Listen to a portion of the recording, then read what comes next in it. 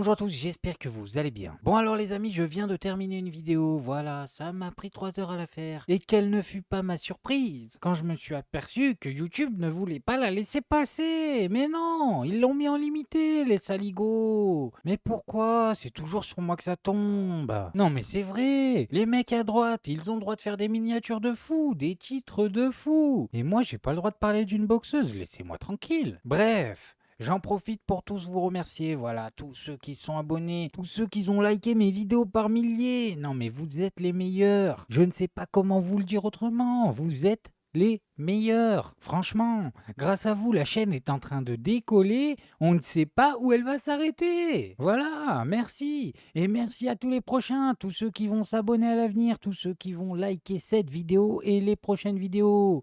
Merci. Bref, en attendant quelques jours que ma vidéo sort, parce que oui, j'ai demandé un examen manuel et ils vont normalement la débloquer. Dans 2-3 jours, elle devrait être dispo sur la chaîne. Mais en attendant, comme je ne retiens jamais la leçon, je vais vous mettre une petite image d'archive qui semble expliquer pourquoi moi j'ai pas le droit de parler, mais d'autres ont le droit. Prends l'exemple du conflit israélo-palestinien. Mon frère, pourquoi personne n'a rien dit? Il y a 2-3 humoristes qui ont essayé de faire des blagues là-dessus. Guillaume Meurice en premier. On n'a plus de nouvelles. On a vu des gens, mais d'une ignominie. On a vu le niveau, on a vu le flot de violence qui s'est pris.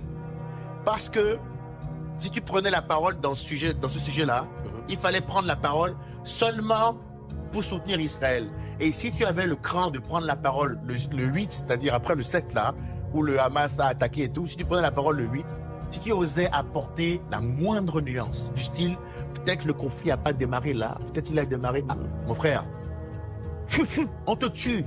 On est dans le monde du terrorisme intellectuel. Qu'on ne nous fasse pas croire le contraire. On veut nous faire croire qu'on est libre, on ne l'est pas. Si tu dis un truc qui n'est pas prévu, tu te fais lyncher, laminer, diaboliser. Est-ce que c'est faux ce que je dis? C'est faux ce que je dis, frérot? Non, c'est pas faux. C'est la vérité en fait, mais on n'a pas le courage de le dire. Mais bien sûr que c'est vrai. C'est tellement vrai que le simple fait que je le mette dans cette vidéo, ça nous donne une chance sur 2 que la vidéo ne passe pas. Voilà. Mais bon, bref, ça c'était juste une petite piqûre de rappel. Maintenant, on va passer à un autre sujet, les amis. Je vais vous montrer un extrait et vous allez voir que c'est un scandale. Non mais sérieusement, j'ai jamais vu ça. Je ne savais même pas que c'était possible. J'arrive même plus à avoir de larmes en fait. Je suis complètement sidérée, dépassée. Faut que vous partagiez ce que je vais vous montrer, c'est pas possible en fait.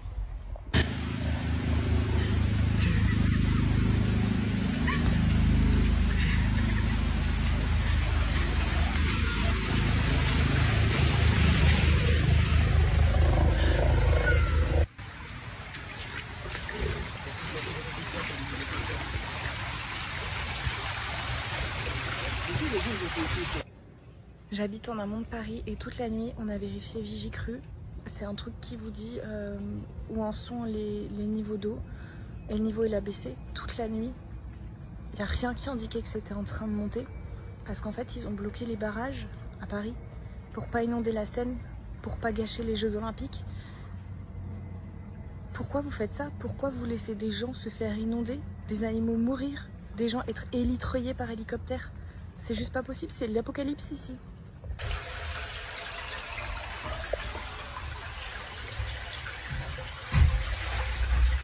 Et les gens comme moi, ils perdent tout. On perd une partie de notre maison, notre activité professionnelle.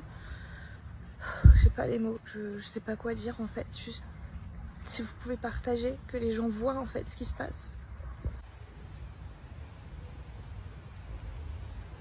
Ah d'accord. En fait, si j'ai bien compris, pour que tout se passe bien au niveau de la Seine, dans les JO, vous avez fermé les barrages et laissé les villes avoisinantes se transformer en Aqualand. Mais c'est quoi ce délire? C'est plus possible en fait. On n'est plus au Moyen-Âge là. Oh les gars, réveillez-vous. Les citoyens ont des droits. Qu'est-ce que c'est que ça? Vous avez laissé leur village se faire inonder. Non mais c'est trop. Oh mais à quel moment un jeu, mais n'importe quel jeu, quelle que soit sa nature, peut justifier ce résultat? Bon, après on va nuancer. Je vais pas vous mentir, l'info est à prendre avec des pincettes. Ouais, parce que c'est Myriam Palomba qui l'a partagé, voilà. J'ai pas trouvé d'autres sources. Et Myriam Palomba, autant des fois elle dit des trucs vrais, autant des fois elle délire. Ça va Myriam, prends-le pas mal. Je rigole, je te taquine. Je t'aime bien, tu sais. Mais bon, des fois tu délires. Bon, on va terminer avec une séquence, les amis. Et une question. Honnêtement, combien de temps les mecs de droite vont encore rager? C'est bon, ça suffit. Ils sont encore en train de se plaindre du résultat des législatives. Et encore et toujours en train de nier la victoire du NFP. Mais au bout d'un moment, stop! Vous nous les avez tous envoyés. Regardez là, c'est Philippe Juvin.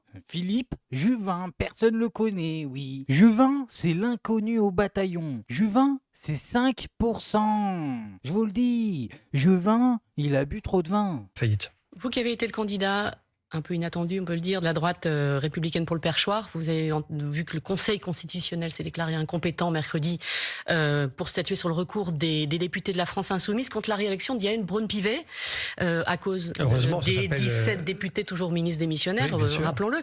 Elle pose toujours question, cette réélection, où il faut arrêter les polémiques, comme le dit la présidente de l'Assemblée. C'est extraordinaire. La gauche, en fait, quand elle n'est pas satisfaite des résultats des élections, dit toujours la même chose. Les élections ont été truquées, ou alors il faut revoter. C'est toujours le coup. On nous refait, historiquement, regardez, dans toute l'histoire du socialisme et du communisme depuis 100 ans, on nous refait toujours le même coup.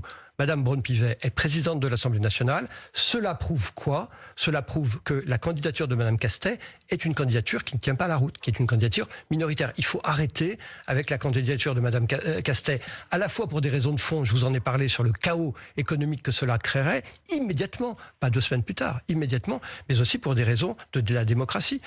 Monsieur Castaing, communiste, aurait été élu Chassaigne, communiste, aurait été élu au Perchoir. Là, pour le coup, effectivement, Mme Castet aurait beau jeu de dire nous sommes majoritaires à l'Assemblée nationale. Est-ce que c'est le candidat de Mme Castet qui a été élu au Perchoir? Non. C'est Mme Braun-Pivet du Bloc central. C'est donc au Bloc central de prendre la main politiquement. Ah mais c'est des malins! Attendez, ils ont justifié Braun-Pivet par Macron, et maintenant il justifie le prochain par Braun-Pivet. Mais j'ai envie d'applaudir, c'est incroyable. Là, c'est plus nous la faire à l'envers, là, c'est devenu de l'art. Je vous le dis, c'est beau à regarder, j'en pleure. Il n'y en a pas un qui est légitime, et ils se légitiment tous par rapport à celui d'avant. Qui, si vous vous rappelez bien, et qu'on remonte à la source, Macron, il s'est légitimé par rapport à quoi? Mais par rapport à Marine Le Pen, bien sûr. Donc là, c'est n'importe quoi, les amis. De domino en domino, on est passé de il faut bloquer l'extrême droite à on met des gens incompétents à des postes à haute fonction alors qu'ils n'ont pas la majorité. Parce que je vais vous dire un truc, les amis, et ça, c'est une info de première importance. Votre majorité absolue, on n'en a rien à carrer. Depuis quand? Mais c'est quoi ça? La démocratie, c'est la majorité. Il n'y a pas de absolu. Absolu, c'est si vous voulez, entre vous, si ça vous amuse. Mais dans la Constitution, il y a quoi? On nous parle de majorité ou de majorité absolue? On nous parle de majorité, voilà, c'est tout. Le reste, c'est des paroles de rageurs. Ils ont gagné, ils ont le plus de nombre de sièges. Ça veut dire quoi? Ils ont la majorité. Et s'ils n'ont pas la majorité absolue, tant mieux. Ça veut dire quoi la majorité absolue? Je vais vous le dire, mesdames et messieurs. Ça veut dire un parti qui n'a pas besoin des autres partis quand il vote des lois, voilà. Qui a plus de la moitié des sièges de l'Assemblée. Donc qui contrôle l'Assemblée totalement, qui a cassé la partie. Voilà, on peut dire c'est un parti qui a cassé la partie. Et ils sont en train de nous expliquer que tant qu'on n'a pas ça, la démocratie n'est pas respectée. Mais vous nous prenez pour qui? C'est tout l'inverse en vrai. Normalement, tant qu'on n'a pas un parti unique qui contrôle l'Assemblée, c'est que dans un sens, on est assuré de la pluralité de l'Assemblée. Et ça fait plaisir à la démocratie, non? Vous trouvez pas? Bref, de toute façon, je vous raconte ça, mais qui je vais convaincre? Hein? Sérieusement, qui je vais convaincre? Les mecs sont juste en train de rager. Et quand t'es dans cet état d'esprit, c'est impossible de te convaincre. Donc bon, moi je voulais juste vous montrer ça maintenant. Faites-vous votre avis tout seul. Faites attention à vous, faites attention à ce que vous regardez. Likez, abonnez-vous. Et oubliez pas, le petit com qui fait plaisir. Tu es tout gris et tout petit poney. Tu t'embattes dans les pressants.